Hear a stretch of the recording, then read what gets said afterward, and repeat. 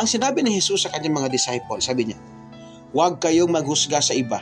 Ang kabuuan niyan, love your enemy. Ang hirap naman gawin, Brother Bong. Siyempre naman, kahit ako medyo mahirapan dyan. Imagine mo, pinagtulungan ka, pili mo, inaapi-api ka, siniraan ka, tapos eto, magpatawag ka, tapos mahalin mo pa, pakainin mo. Kahirap kaya yun. Tama? Pero tanong ko sa inyo, nung tayo ay nagkimkim ng galit at poot, nagkaroon ba ng katahimikan ng ating buhay? Nagkaroon ba tayo ng magandang umaga, ng magandang araw? Lalo na pag nakasalubong mo ang tao na yan. Pag tayo ay merong galit at poot, ang pinakauna-unang magagalit sa atin, si God. Alam mo yon, si Lord, pag nagagalit sa atin, parusa.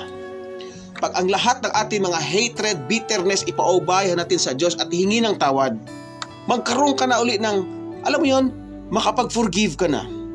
Magaan na ang damdamin mo sa pagpapatawad, and after you forgive, magkakaroon ka uli ng napakagandang umaga.